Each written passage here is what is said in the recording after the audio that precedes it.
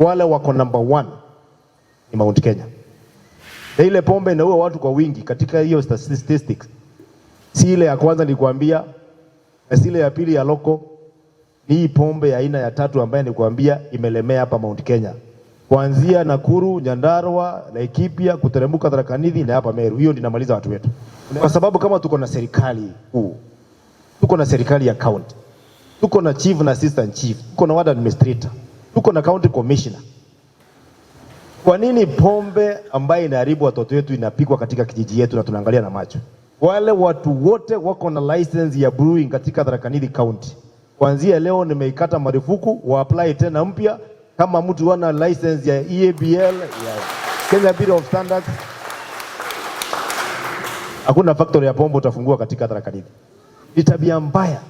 Wewe kama ni baba wa nyumbani, chunga boma yako, wachana na pombe haramu. Kama unataka kunywa pombe ya ukweli, fanya kazi upate pesa ya kunywa pombe ambaye iko na manners.